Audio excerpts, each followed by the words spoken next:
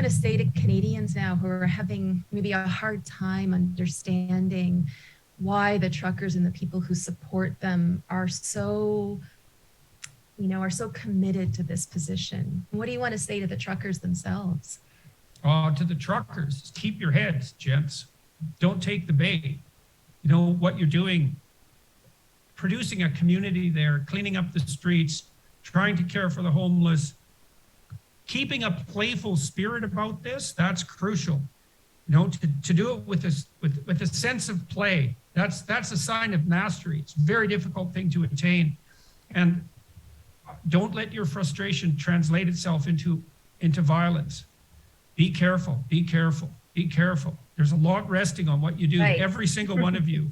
Yeah. So eyes open, like ethical stance forward, caution, bravery, truth, care.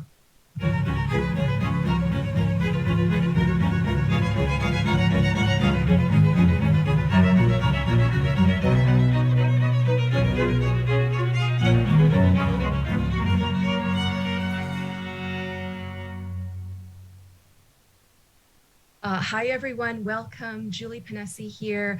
It's my absolute pleasure. I'm so honored to be joined by Jordan Peterson today, who I think will have some very interesting insights into the current situation that's happening in Ottawa. Of course, there are a great many things going on today, very scary days.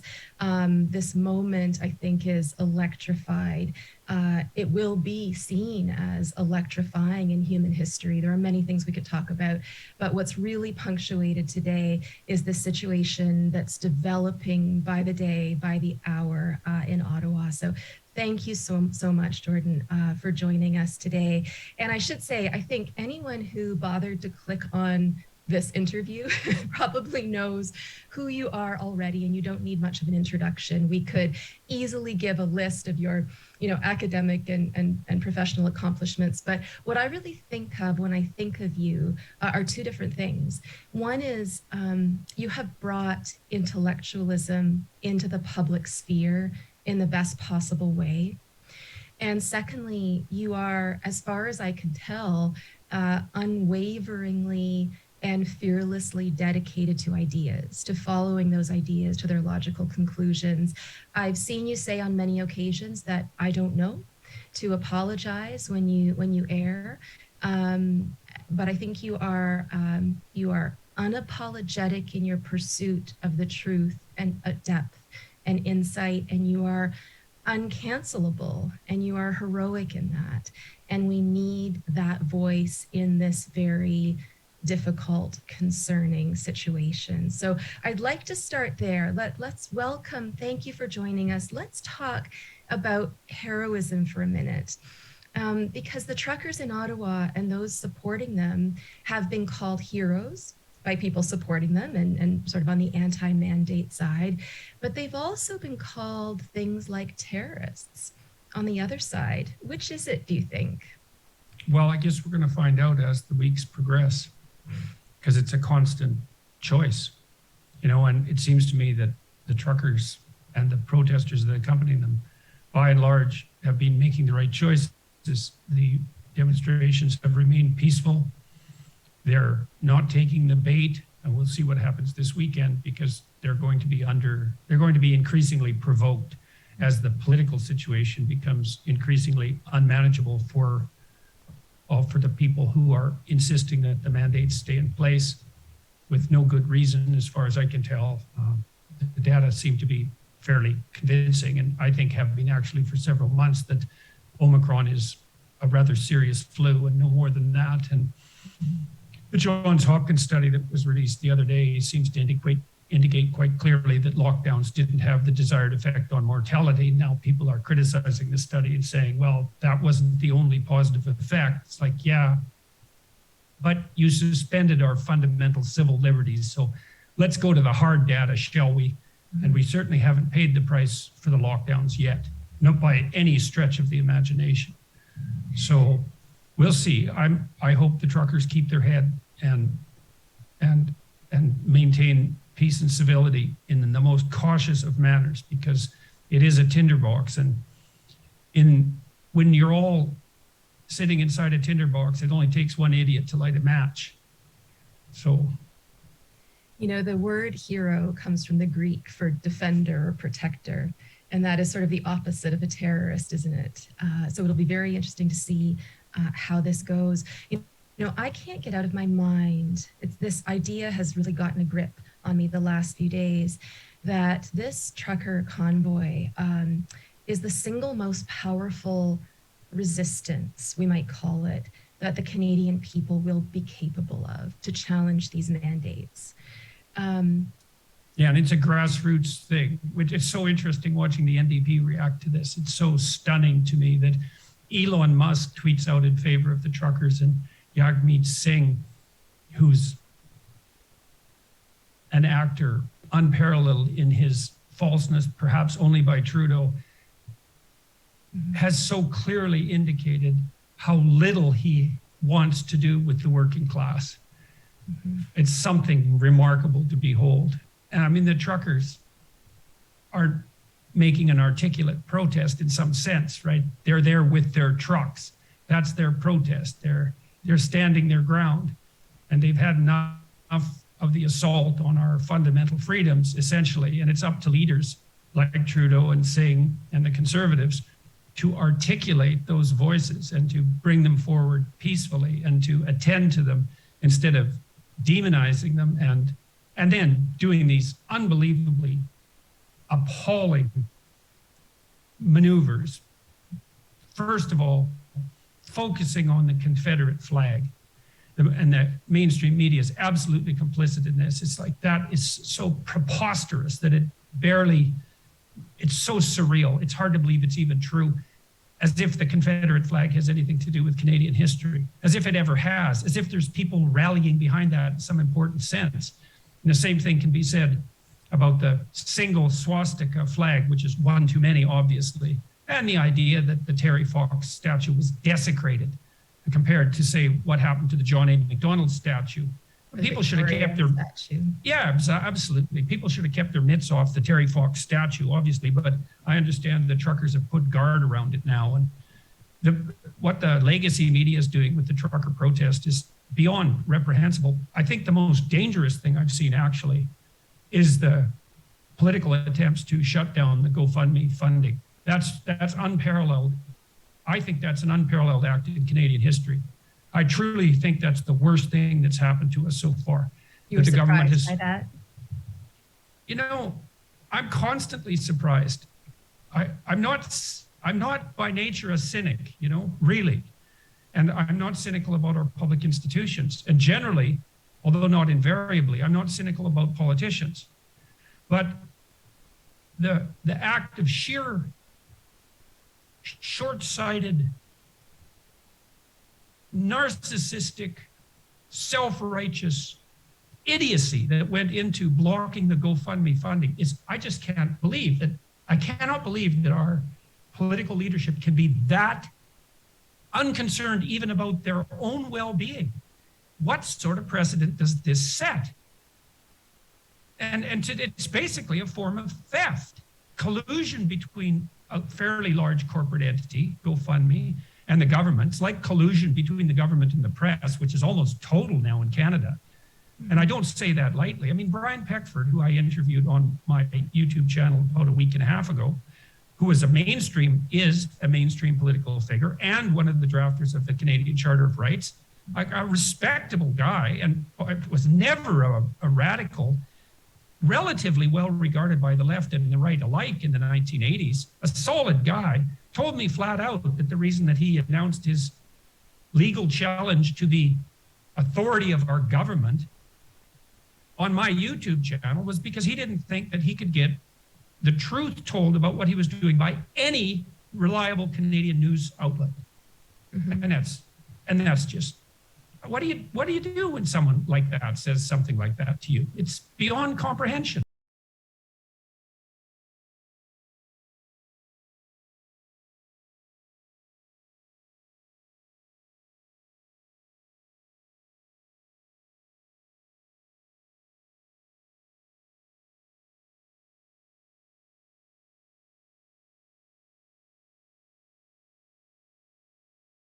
Well, I was going to ask you, what do you do when you feel that our main media outlets are not accurately reporting the situation? It's interesting because our experiences are very different. You haven't been in Ottawa or in Canada since this started, right? So you have a perspective only that's coming through various kinds of media and other sorts of information sources. I was there Sunday through Tuesday. And I have to say that being there, and I can say I had my young daughter with me out walking on the streets, talking with truckers, and I didn't feel afraid one moment. I didn't see most of the image. Now, I'm not, I wasn't every place at every moment, of course, but I did not, what I'm seeing reported, in CTV and Global and CBC, it's like a parallel realities. It's a planned, no worse than that, it's a planned parallel reality, which is fundamentally equivalent to a totalitarian encroachment. I mean, CBC should be shut down. Canadians should just say enough. There's absolutely no excuse whatsoever for another single dollar of Canadian taxpayer money to go to support that appallingly corrupt, ideologically warped, politically correct, collusionary media source with the federal government. It's inexcusable. And the rest of the media, well, it's part of their pronounced death spiral. You see a little exception to that. The Toronto Sun has had some decent reporting. You see it pop up now and then in the National Post. You see it pop up now and then even in the Globe and Mail. But by and large, it's almost impossible to see what's actually going on in Ottawa. Can't even get a reasonable estimate of the number of people there. And I've also heard, let's say, that this closed circuit cameras that normally monitor the city, which I believe you can get access to by public feed, many of them have been shut off. It's like, now, is that true? Is it not true? I don't know if it's true. It wouldn't surprise me, but it's also, if it is true, it's also, well, it's beyond my capacity to imagine that we're in this situation. Isn't it all feeling just a bit dystopian to you, or a lot dystopian? That, Friday the police were talking about doing digital tracking, and now protesting isn't allowed. And the Prime Minister is describing the supporters as championing abuse and racism. And money is, we were talking about GoFundMe, money is being taken. And sexism and Islamophobia, every bloody playbook in the radical left, in the radical left lexicon. It's like, you dare to drive your trucks to Ottawa to oppose our possibly illegal mandates, probably illegal mandates. What's wrong with you? You must be all of these terrible things. And then let's get the press in on it too. And then, I would hope that the Conservatives, for their part, would stand up in some sort of opposition. But I know full well, because I've talked to people who know, that COVID policy is being governed entirely by public opinion poll, which is a terrible way of sampling public opinion because it's impulsive and narrow, which is why we have a parliamentary system to begin with. We don't have rule by direct democracy because it's foolish. It doesn't allow for any sober second thought, let's say. And so the politicians scare the public, and they do that with the collusion of psychologists and behavioral experts, scare them into compliance. And so then they're all scared, and then they sample public opinion, which is terrified by misinformation, and say, oh, look, people support more mandates, and that scares them further, and away we go. And the Conservatives, for their part, instead of, although Mo and Kenny have taken some more forthright actions in the last week, instead of seizing the moment, which they clearly had in front of them, they just blew their party into fragments, like on the very day they should have been articulating the concerns of the people that they are supposed to represent, and they could have capitalized on that even in the narrow political sense.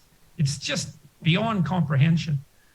Let's talk about democracy for a minute. We know that the Prime Minister's office has made it very clear that the Prime Minister will not speak with the truckers. And up to this point, O'Toole also decided not to speak with the truckers. Now we have new leadership in the Conservative Party. What kind of act of democracy is that, do you think? And is there an obligation on the part of our leaders to respond to protests? Well, it's a tough one, right? Because it's very hard to discriminate between protest and extortion in some sense, right? And we can't have a situation where merely by creating a civil disturbance, you get access to the highest levels of leadership. Right. But by the same token, I would say that the fact of the scale of this protest and its seriousness is an indication of a breakdown in communication between the populace and their leaders. And then I would say there's a twofold reason for that. One is the politicians have ensconced themselves in something resembling an ivory tower and are not in direct contact with their constituents in the way that they're morally obligated to be in contact. And then there's a failure on the part of the Canadian populace as well, because one of the things that's happened over the last 3, 4, 5 decades maybe is a continuing in civic engagement on the part of the populace. This cynicism about the political sphere, the refusal to engage in the building of local civic institutions, all replaced by a notion that politics is somehow nothing but a snake pit and no decent person would ever get involved. And so you have an abdication of responsibility on the part of each Canadian, I would say, which clearly needs to be rectified. And then this isolation of the political class from the population that's replaced by a reliance on hypothetical experts in the medical and the political domain and sampling of the public attitude by opinion poll. This is not a recipe for a stable polity, as we can see. So you mentioned before we started recording, we were just chatting, that we are going to be dealing with this kind of situation for a long time. What are the implications if we lose this fight? Well, I don't know what it would mean to lose it. I mean, I can't see how the mandates can go on forever. Mm-hmm. Country after country is dropping them. I cannot see how they can be sustained in the face of that for any length of time, but God only knows. I mean, it seems to me that perhaps even a majority of Canadians, if they were sufficiently cowed, would accept these restrictions and mask mandates permanently. It's already been 2 years. Mm. And there's a huge public outcry, although it's hard to tell what the proportions are, against the truckers. And in favor of what? Continued mandates? Well, they're afraid. I remember there was a poll a few months ago showing that 50% of Democrats in the US thought there was a 50% chance of being hospitalized with COVID.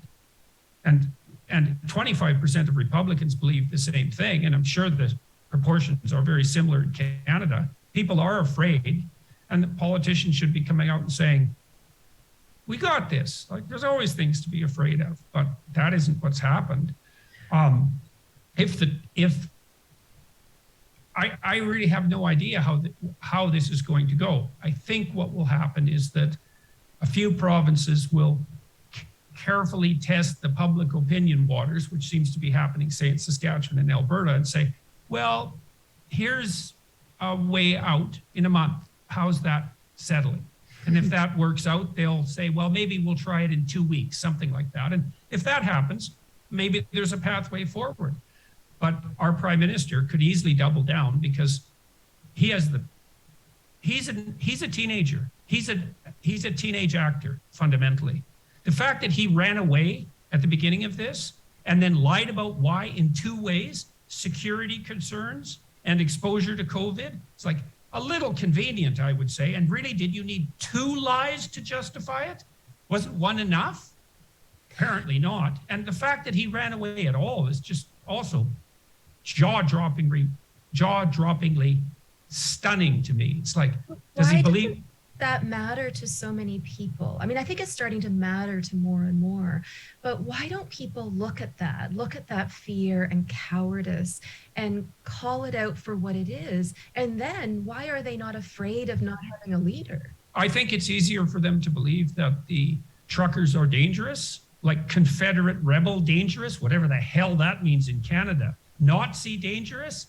This whole Nazi thing is just beyond comprehension. Canada doesn't have a radical right wing. Well, I think it's easier for people to believe that the truckers are January 6th level insurrectionists than it is for them to believe that they have a leader who is that immature and cowardly. Because think about it, I mean, both of those are both nasty pills to swallow. But if you're a middle of the road Canadian and you've had an implicit belief in the stability of your political institutions, which is reasonable because they've been incredibly stable. You believe in the general goodness of your leaders, which has also been a valid presumption. And now you're forced to swallow this pill, which is no, things are so bad that your leader, who's a teenage actor, literally ran away in the face of some political opposition, or these people can't be trusted. Well, obviously, it's much easier to believe that the truckers can't be trusted. And then that's played up, of course, in the media. It's like, well, what about the swastikas? And what about the Confederate flag? And people also still trust CTV. They still trust CBC, especially older people. And it's no wonder they do, because once you could, and they're not up on the technological revolution, and no bloody wonder, because who is? And so people are being asked to abandon faith in some sense in political establishments and political leadership, or demonize the truckers. Well, it's not surprising they pick the latter.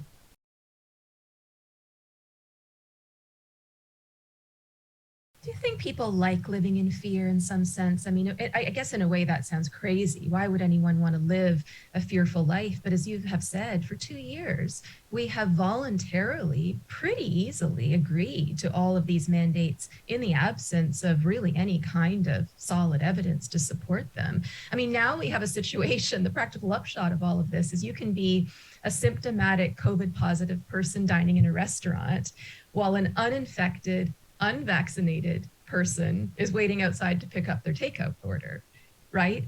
And yet it seems like most, I don't know where we're at in terms of the numbers, feel like, well, that's all right. I don't think people like living in fear, but they like to believe that they're on the side of compassion and security when uncertainty and threat looms. And so that's the moral, and it's an easy moral victory. Remember, I used to watch The Simpsons all the time, and the wife of the Reverend on the Simpsons, her response to any political question was, think about the children. Let's think about the children. And our whole society has slipped into that kind of Oedipal virtue, which is, it's a reflexive infantile compassion. And there's a presumption underneath that the manifestation of that compassion, which is appropriate for infants, is the only valid political response to every single question. And so you frighten people, and the good thinkers, the maternal good thinkers, think, oh, well, security and safety, protect the infants. And fair enough, because you've got to protect the infants, but we're not infants, or are we? And so and our whole political discourse is warped by that strategy. With safety, right? We have this pure culture, this safe. Do you think that's historically unprecedented? Are we more obsessed with? Yes, definitely. Why is that? Why? Because of the large-scale movement of women into the political sphere. That's a huge part of it, because women are more agreeable than men. And so compassion for them is an easier moral, it's the easiest moral option that's available. And this is it's a real struggle, right? Because how much you should push forward bravely and how much you should secure the home front, that's a constant question. But we've had a mass movement of women into institutional and political arena. And so that's one element of it that we haven't contended with at all, and no one will even ask the question. And then there's another issue that's relevant to this too, is that the female mode of antisocial behavior is reputation destruction. Like, males engage in physical conflict, but that isn't how, especially antisocial males, they'll use physical dominance as a mean to obtain their narrow, self-interested goals. That's a bully, and bullies become criminals. That's not the female antisocial pathway. The female antisocial pathway is gossip, maliciousness, and reputation savaging. And there's a very well documented psychiatric literature looking at antisocial behavior in women. I'm not making this up out of whole cloth. The problem with that is it scales on social media. So male aggression doesn't. Proximity. In some sense, our COVID response is a gendered issue. Yes. Well, you can see that in the attitudes. The only Canadians right now who support mandates full out are women over 55. And I think, no wonder.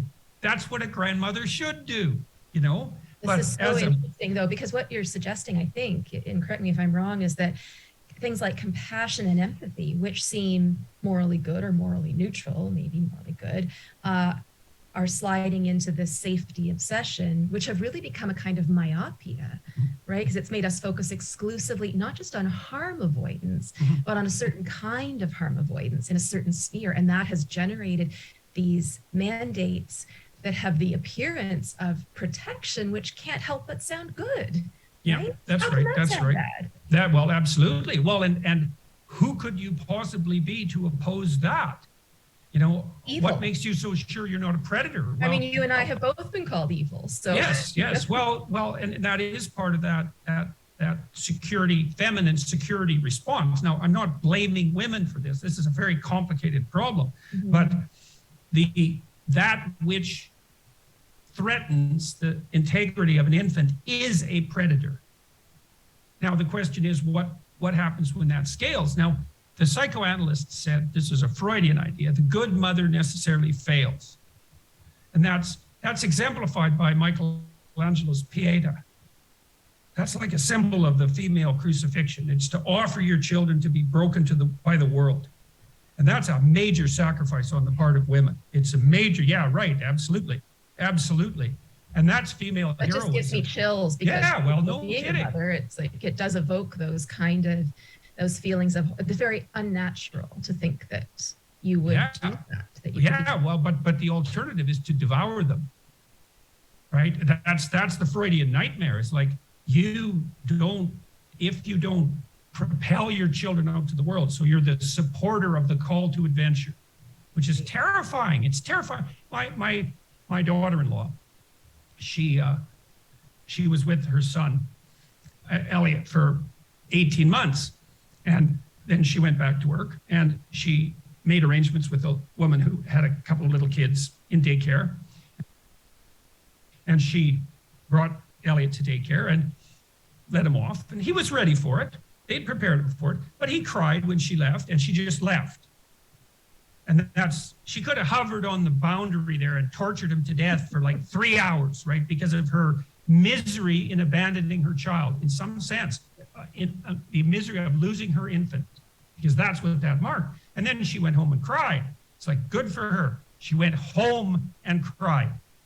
That was the right thing to do, not to demonstrate her inability to let go of that maternal attachment when it was appropriate, which is really an act of transcendent heroism on the part of a mother. And that's not that reflexive compassion that all too often is confused with moral virtue in our culture. The fact that you feel sorry for people does not mean that you're good.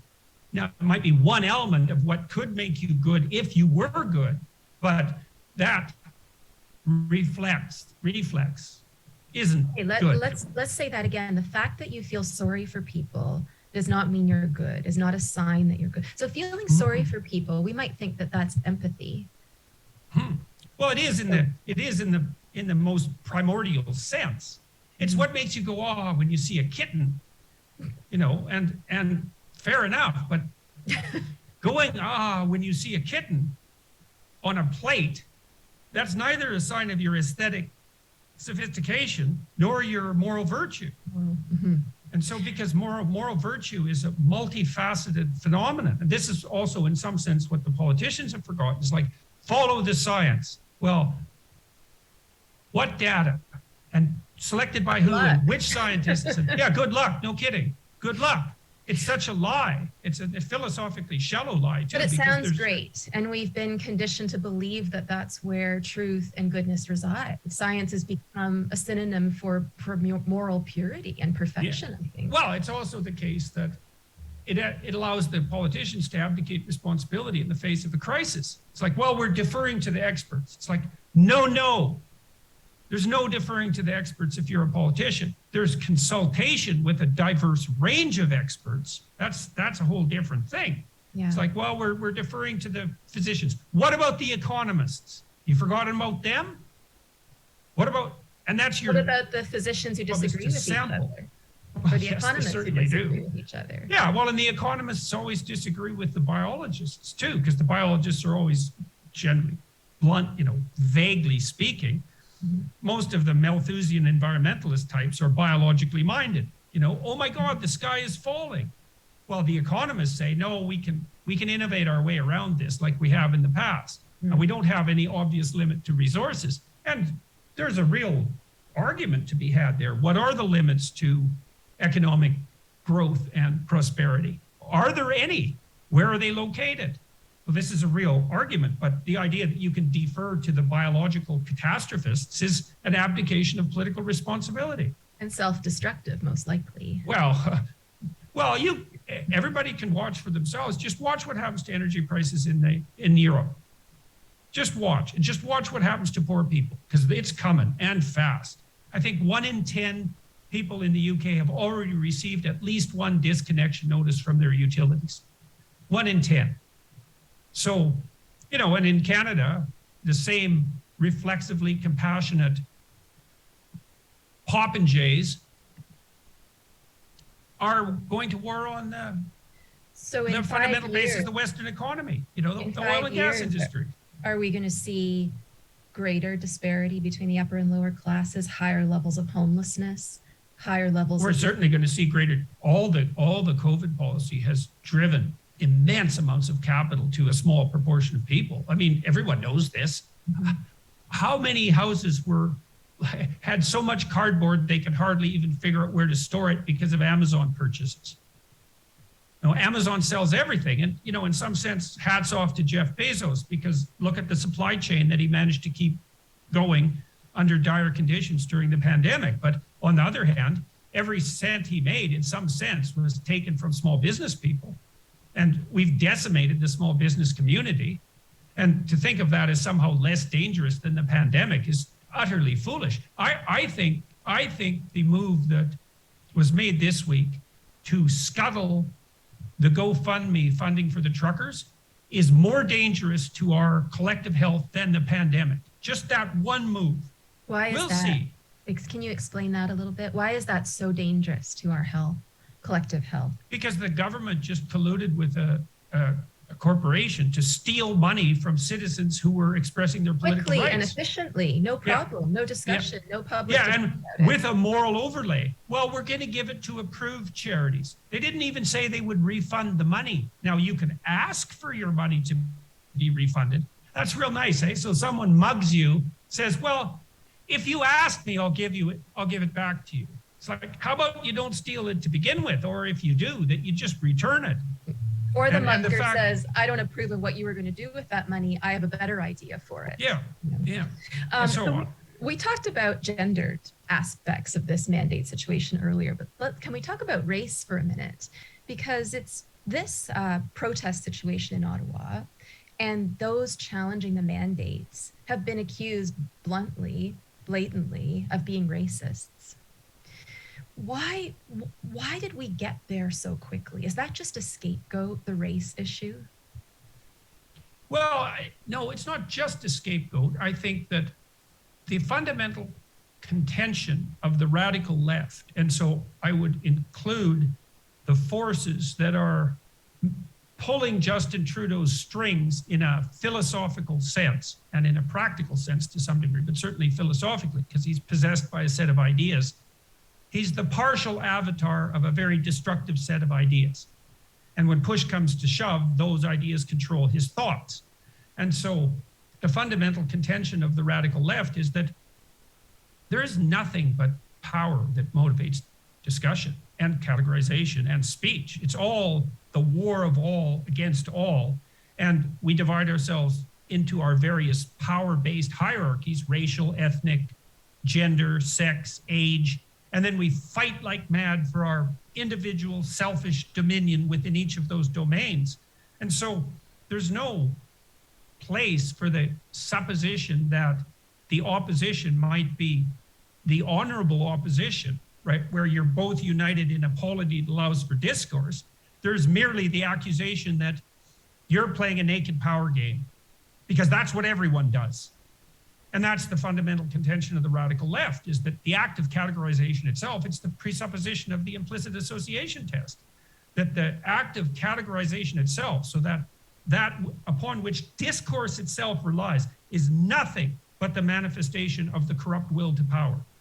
And this categorization is diffusing, isn't it? As soon as you accuse someone of, oh, you're just a that, you're just a racist, you're just a misogynist, you're just a Confederate, whatever it is, it does seem to pull the rug out from under them.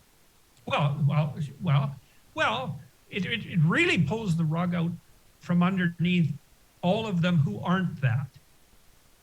See, if you are that, let's say you're a psychopath, and then for you, the will to power is everything in the narrow sense. That's about 3% of the population. It's not a very effective adaptive strategy, by the way. The naked expression of power doesn't work for chimpanzees, doesn't work for rats. It certainly doesn't work for people. That whole idea that it's nothing but power that mediates the relationship between human beings is not only ethically appalling in the deepest possible sense, it's also scientifically unjustifiable. It's simply not the case. But if it was the case, so let's say you accuse me of that, and I am that. It's like, you think I care about your accusations? It's like, you're not making me feel guilty. Psychopaths don't feel guilt. Now, the people you will make guilty with an accusation, I'm sure you experienced this when people came after you. It's like the first thing you do, if an angry mob goes after you, is you think, if you're a reasonable person, you think, well, I probably am a little racist, and I probably am a little sexist, and I probably am a little incautious with my words, and all these people are angry, and so maybe I said something wrong. And so then you scour your conscience. It's like Gad Saad in his recent video, which was quite comical.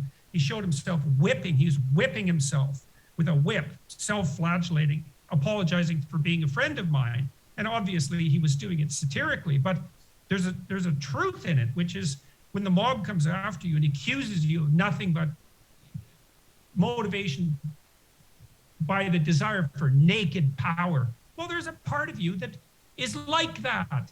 And so if you're a conscientious person, you're going to retreat and you're likely going to apologize, in which case you're just dead. Did you ever apologize? What happened with you? Apologize for what? Well, for whatever you were being accused of. I never apologized for refusing to comply with my university's mandate.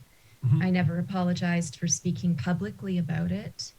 I never have and won't apologize for continuing to try to have discussions about the truth. That doesn't mean that I or who I'm talking with will always get it right. Surely we'll make mistakes. Everyone makes mistakes. The truth isn't a set of facts. The truth is an approach to discussion. Mm-hmm. That's what Joe Rogan's so good at. That's why he's so popular. It's not because Joe knows the truth. It's because he acts out the truth in his speech and his actions. Yeah. So, yeah, that's a whole different thing. Whole different thing. One of the things that's deeply troubling but so interesting to me is how things that seem to be so fundamentally Canadian, I mean literally encoded in our fundamental documents like our Charter of Rights and Freedoms, our Constitution, are freedoms and rights, the language of freedoms and rights. But now, if you invoke these in discussion or to make an argument, you're accused of taking advantage of your privilege. Mm-hmm. What do you think about that? Is it impossible? I mean, is it wrong in a democracy like Canada to talk about freedoms and rights? Is it impossible to be unprivileged in talking about them? No, the latter is not possible. That? You know? Well, that's where the discussion should really focus. Okay, so let's talk about privilege. Okay, so let's say you're accusing me of privilege.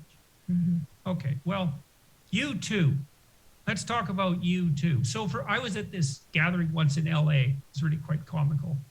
It was in an extremely rich gated neighborhood, and they had a big enough lawn so there was like a forum, and the speaker came out and talked about the 1% who controlled everything and how appalling that was, and how good thinking people were on the side of the oppressed. And I was looking around like I was in a Dali painting. It's like, what the hell?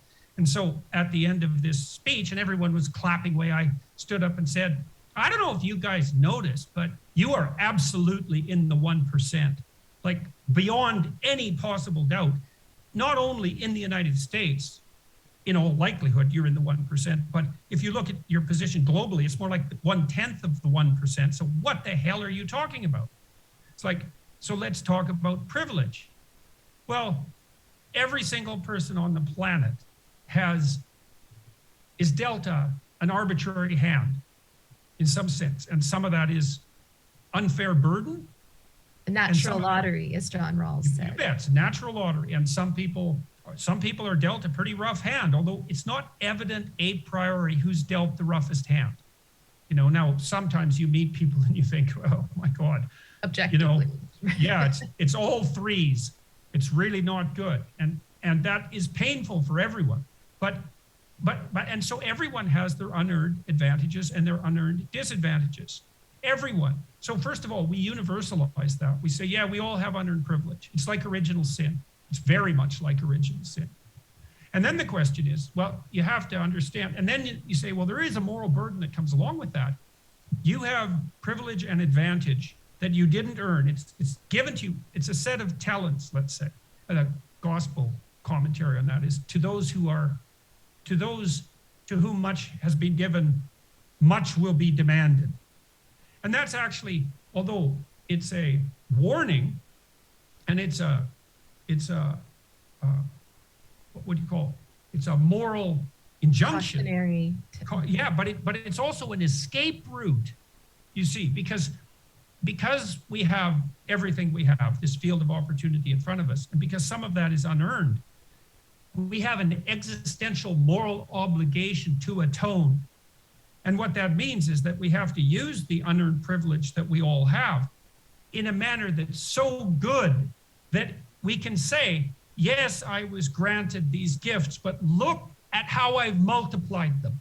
Mm-hmm. And you need that, not because you should be good, although you should be. It's because you will become the victim of your own conscience if you don't do that. And then when the mob comes after you, you will fold, because they'll say, you don't deserve what you have. And the part of you that thinks, yeah, I'm not really living up to my possibility, it breaks you in half. But and privilege the left is inevitable. To criticize it is just to criticize a natural fact of nature in some sense. But there's a question, if I understand you, that if there's privilege gives you a certain rights, certain entitlements, certain advantages, but with those come responsibilities. So you don't get to say I'm off the hook.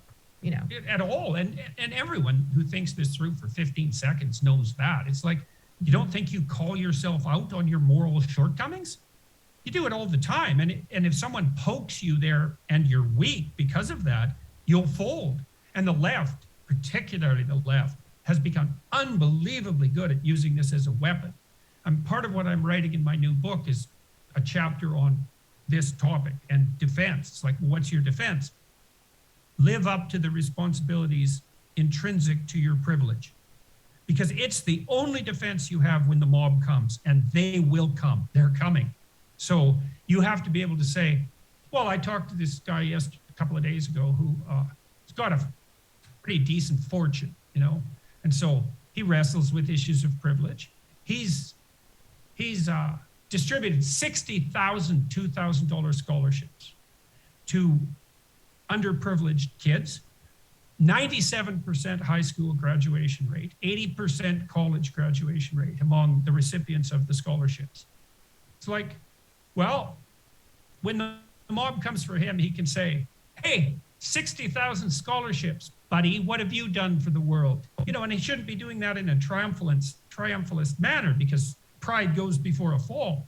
But what's interesting about him too is he spent his money, once he accumulated, he spent it very carefully, not injudiciously, not with a haphazard compassion, right? In a targeted, thoughtful, morally appropriate manner, so that he didn't cause more trouble with his money than he saved us from. This is all very difficult.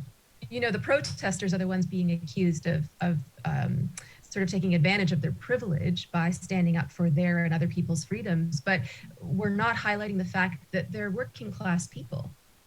Walking around speaking with them, they're also very tough people. They've been on the streets in Ottawa They've probably been driving for many days, if not a week. Then they've been on the streets in Ottawa. I walked around and I did an interview, had to hold my phone up, but I could last maybe a minute without my glove on before the sharp pangs start hitting you because it's so bitterly cold there. These people have been sleeping, eating, everything outside round the clock with very few exceptions for a week now. This is Yeah, not well, the they put their picture money of where their privilege. mouth is. What did you say? Sorry. They put their money where their mouth That's is. right. You know, That's and right. yeah. Well, and it's so fascinating to me, as I said before, to watch the privileged elite leader of the working class response to this, especially on the side of the NDP, because the public polls indicate that if you vote NDP, you're like 75-25 against the truckers. And there's nothing more annoying than uppity working class folks. And that's especially true to the privileged, ideologically addled elites who want to claim moral superiority over them by leading those poor sheep into the promised land. Mm-hmm. It's really, you couldn't make it up if you wanted to. It's so ridiculous. We don't have and to make appalling. it up. We've seen these paradigms in literature and history. The Greeks were great at this, right? I mean, we don't have to make it up. We're just copying what's come before us. But I want to ask you, you seem to have an ability to see slippery slopes, we might call them, better than most. How do you think when you're at the top of one of these precipices pointed downward, about to degenerate, we might say, into some pretty worse things? And what are the signs of that? Well, I think one of the signs was violation of fundamental principles. These principles, like the principle of freedom of speech, which is not just one freedom among many. The conservatives make a huge mistake on this front all the time because they talk about, well, how about viewpoint diversity, without noticing that now they've made diversity the superordinate moral imperative and have subordinated freedom of speech to that, which means they've lost. They instantly lose when they do that. Freedom of speech isn't one freedom among many, and it's not a right. Not in the truest sense. It's a necessity, and it's a moral responsibility. You're free Makes to all speak. the others possible. That's right. It's the precondition for all other freedoms, and you have the right to speak freely, so that the truth can be investigated. And the truth needs to be investigated because the truth is very complicated, and it's dynamic in some sense because the future is different from the past. And so there's a cutting edge we have to stay on to stay adapted because the future is literally not predictable from the past. And the literally and truth technically. is not partisan, right? Everyone should be invested in discovering the truth. It should matter equally to everyone. It does matter. I mean, the truth is not partisan in that different partisan stakeholders will have different a priori presumptions about which pathway forward is correct. But that's all based on previous experience. And previous experience is a partial but not total guide. And so the proper way forward literally emerges as a consequence of the free discourse between diverse agents. And so as soon as that's interfered with, the process of thought itself is interfered with, and thought is the process that, isn't it? I mean, what's thought for? Is it not the process that adapts us to the horizon of change? I mean, that's what thought does. And there's no distinction between free speech and thought. In fact, even our internal thought is mostly conducted as a variant of an argument. Or as opposed to thinking that truth has to be, instrumental in order to achieve some goal, we might think even more fundamentally, truth just is an expression of our essence of being humans. And if we're not doing it, or thought, if we're not doing it, right, we're not human anymore. Well, the instrumentality issue is dead relevant. I mean, one of the reasons, when I did this interview, for example, and all the discussions I have on my podcast, they're not instrumental. Like, I didn't come on this podcast because I thought, well, I'm going to talk to several thousand truckers, let's say, and here's what I want them to think. And so I better make sure that I talk in this manner, and I have to make sure I hit these talking points. And there's none of that, zero. And and because I want to find out what happens in the moment, right? We're just going to have a discussion. I mean, this week, this was so comical. So the CNN people came after Joe Rogan. And yes, did they? I didn't hear. Yeah. and one of them said, essentially, man, what's going on here? We've got this whole bureau's devoted to fact checking and the truth, and all these experts hired, and why the hell aren't people listening to us when they listen to Joe Rogan and he's just winging it? And I thought, just winging it, eh? You try just winging it in front of 11 million people for 5 years and see if you're still standing, buddy. You think just winging it is so easy. Well, first of all, why aren't you doing it if it's so damn easy? And second, isn't it something that with all your resources, you can only garner like 1/10 of the audience of one man who has like zero production expertise in his studio. He just puts it all out online. And all he does is have honest conversations. I mean, insofar as he's capable of that. You know, Joe stumbles, and he knows that and admits it. And sometimes he gets too, buttoned down on a given point. But fundamentally, he's just trying to do what we're doing here, which is to have Don't you want to just say, leave him alone? Whoever wants to listen to Joe, go listen to Joe, for goodness sakes. And yeah, well, part of me now thinks, hey, keep at it, guys. Every time you attack him, 1 million more subscribers for Joe. They kick him off Spotify. He would have a new platform like in 2 days with twice as many listeners. And so Joe's got to the point where as long as he continues to be careful, and he is being, I don't think he can be canceled. In fact, I think all the attempts to cancel him only redound to his credit and increase the rapidity with which he's destroying the entire legacy media. This issue of canceling is so abhorrent to me in a democracy. All of this legislation that focuses on, hate speech and limiting what can be said on the internet. And what's so ironic about it is that, as you might know, John Stuart Mill, who was, one of the fathers of utilitarianism and very often invoked in this current sort of collectivist setting with the mandates, right?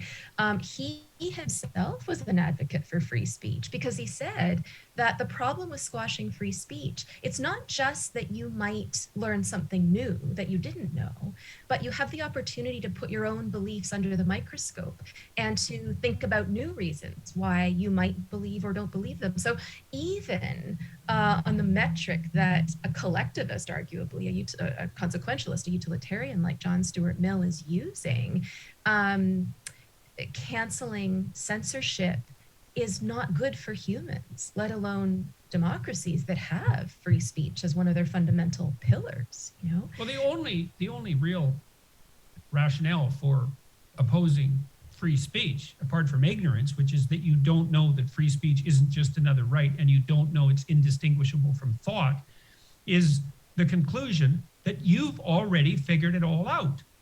So you don't have to think. Or you're trying to hide something. Well, that's the other possibility. But those two things go hand in hand very frequently. Is that it's very often that people who are trying to hide something justify that to themselves with a kind of totalitarian certainty about their beliefs. They double down on them to hide their own moral iniquities. And so you have to believe that people like Rogan shouldn't be allowed to just have a discussion with whoever they want and wing it. And you think that because you think you already know. And, if your life is perfect and you're already living in the kingdom of God, and then more power to you, maybe you're right and you can shut down free discourse because the heavenly heights have already been scaled. But I haven't met anyone like that yet. Most people I know think with not too much thought that there's some things they still have to learn and some ways their lives could be improved. And how are we going to approach that? Especially, you want to find out how you're wrong.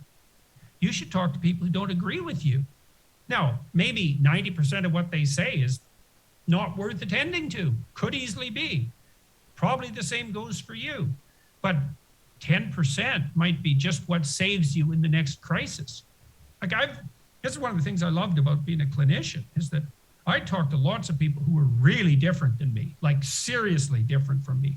And if I wasn't learning something from them when I was in discourse with them, It was because I wasn't conducting the discourse properly.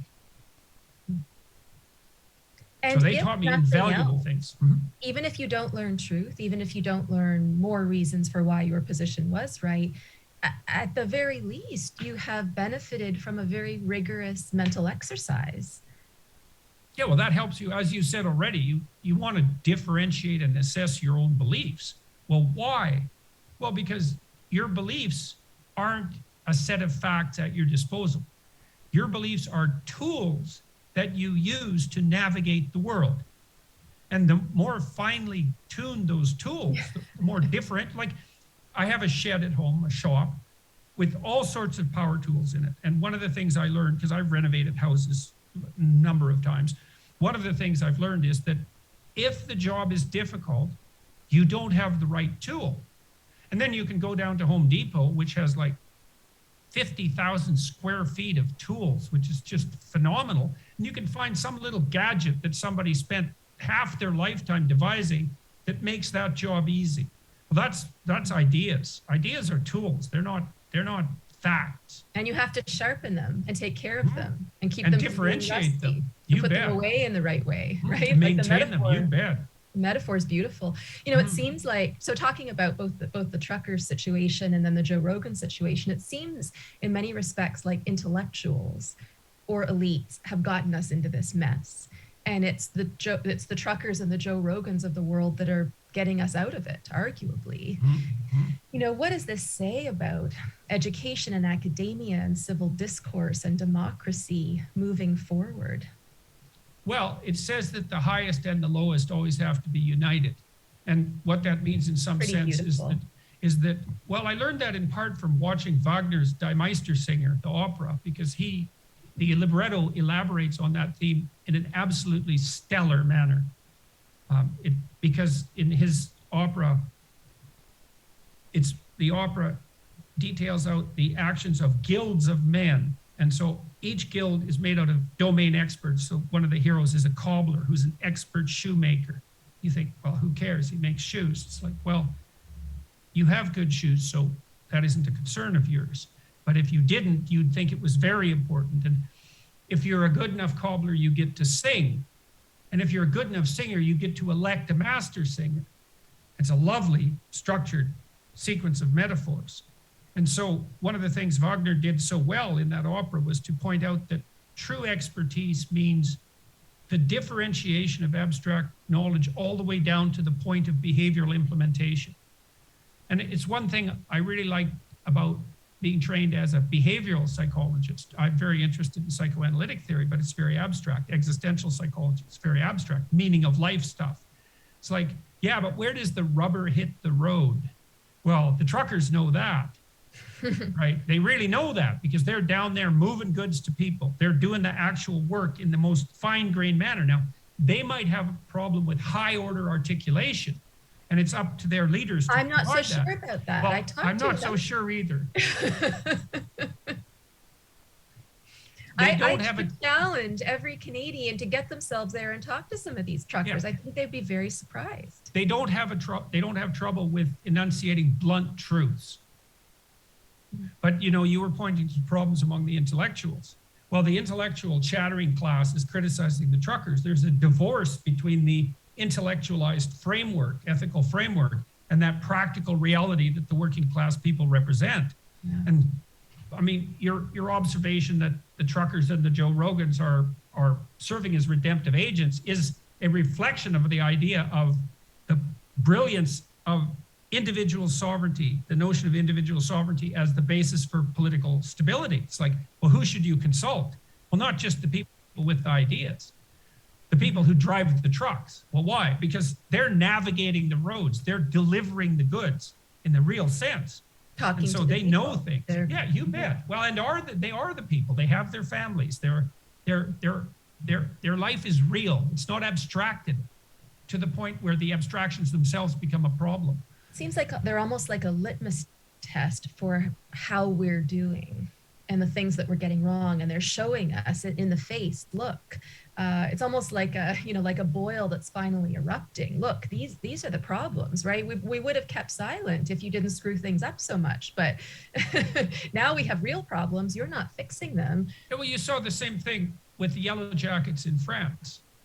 It's like corrupt energy policies started to make energy too expensive for ordinary people. It's like, well, we have to save the planet. It's like, well, how about not on our backs there, guys?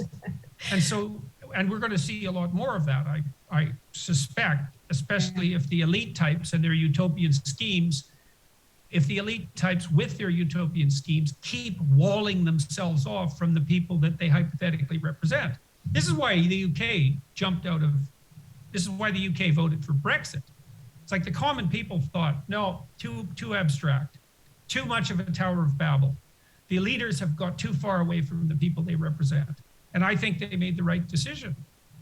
So more power to Rogan and the truckers. I know you're tight on time, so I'll just ask you one last question. You know, I know you're not at a university anymore. You don't talk to classrooms full of students, but now you speak to hundreds of thousands, if not millions of people when you speak.